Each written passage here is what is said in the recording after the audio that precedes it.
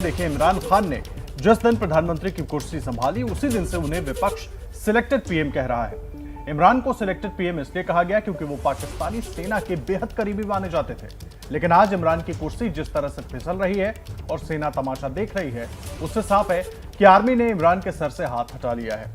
सवाल यह है कि इमरान को आउट करने का फैसला आखिर हुआ क्यों? सियासत की पिच पर इमरान की ये वो गलतियां हैं जिससे उनकी इनिंग वक्त से पहले खत्म हो गई।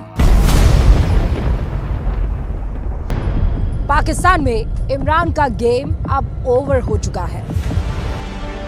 ये इमरान भी समझ चुके हैं, इसीलिए वो विपक्ष से डील की कोशिश भी कर रहे हैं और जनरल बाजवा को भी मनाने में जुट गए हैं।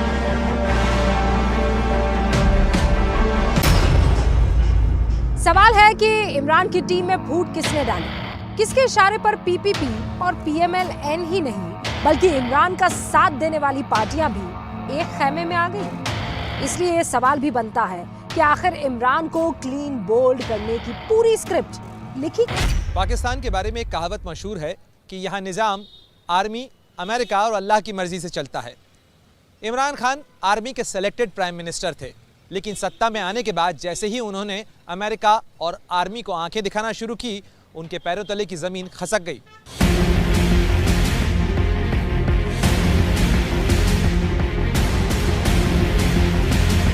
इमरान दरअसल अपने ही किए की सजा भुगत रहे हैं क्योंकि उन्होंने पाकिस्तान की राजनीति के सिद्धांतों को समझने में देरी की है। विपक्ष में वो जब तक अमेरिका पर बरसते रहे तब तक ठीक था, लेकिन कुर्सी पर बैठने के बाद उन्होंने अमेरिका को पूरी तरह से नजरअंदाज करने की कोशिश की। पीएम बनने के बाद भी उन्होंने अमेरिका के खिलाफ बयानबाजी बंद नहीं की। इसके बाद अफगानिस्तान संकट के दौरान अमेरिका का प्रस्ताव भी उन्होंने ठुकरा दिया। उन्होंने अमेरिका से सीधे टकराव वाले मुद्दों पर चीन का खुलकर साथ दिया। हद तो तब हो गई जब वो यूक्रेन हमले के पहले दिन ही रूस के दौरे पर पहुंच गए। अमेरिका से बढ़ती इमरान खान की दूरी ने पाकिस्तान की फौज को भी नाराज कर दिया। पाकिस्तानी फौज की परेशानी इसलिए भी ज्यादा है क्योंकि उसके सैनिक बेड़े में F-16 लड़ाकू विमान समेत कई मेड इन अमेरिका हथियार हैं। इतना ही नहीं, पाकिस्तानी सेना में अमेरिका परस्त जनरलों की भी एक ताकतवर लॉबी है। ऐसे में अमेरिका और आर्मी दोनों के नाराज हो जाने के बाद इमरान खान का कुर्सी पर बने रहना बेहद मुश्किल है। चीन का प्रभाव बहुत बड़ा है, लेकिन अमेरिका का प्रभाव पूरी तरह से ख़त्म नहीं हुआ है और इसीलिए अमेरिकी हितों को अगर कोई पाकिस्तान में नुकसान पहुंचाने की कोशिश करेगा तो अमेरिका उससे उसका हामियाना मांगेगा।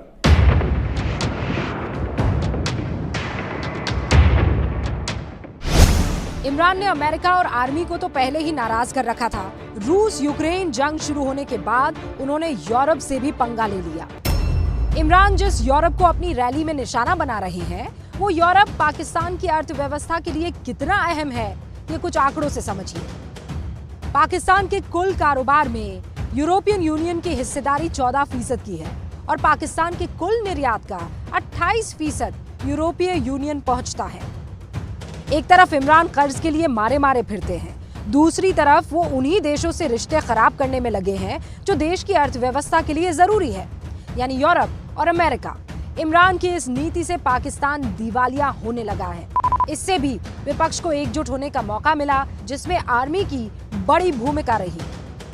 नहीं, पाकिस्तान आर्थिक तौर से तो कमज़ोर ही था और उसकी बैसाखियाँ जो पश्चिमी मदद है, ख़ास तौर से अमेरिका की, वर्ल्ड बैंक की, IMF की, उसी पर टिकी हुई थी।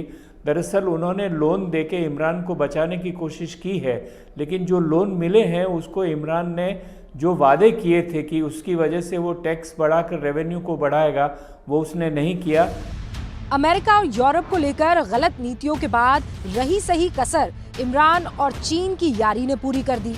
इमरान राज में पाकिस्तान चीन के साथ उन मुद्दों पर खड़ा होने लगा जो अमेरिका से टकराव वाले थे।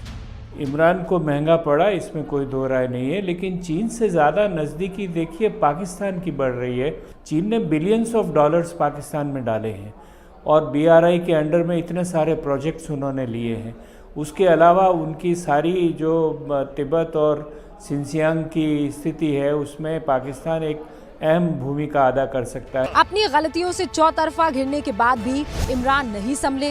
कुर्सी बचाने के लिए उन्होंने चिट्ठी वाला दाव चल दिया, लेकिन ये दाव भी उन्हें उल्टा पड़ गया, क्योंकि इमरान ने चिट्ठी बॉम्ब फोड़ने से पहले सेना से इजाजत नहीं ली।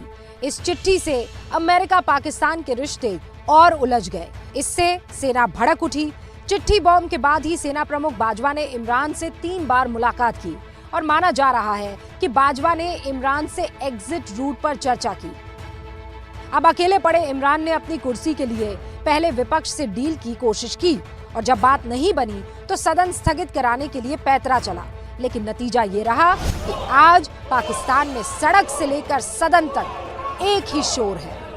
तो देखा आपने पाकिस्तान में इमरान की कुर्सी पर कैसे खतरा मंडरा रहा है। विपक्ष ने इमरान के खिलाफ ऐसा चक्रव्यूह रचा है कि कप्तान की कुर्सी में संकट के बादल अब मंडराने लगे हैं।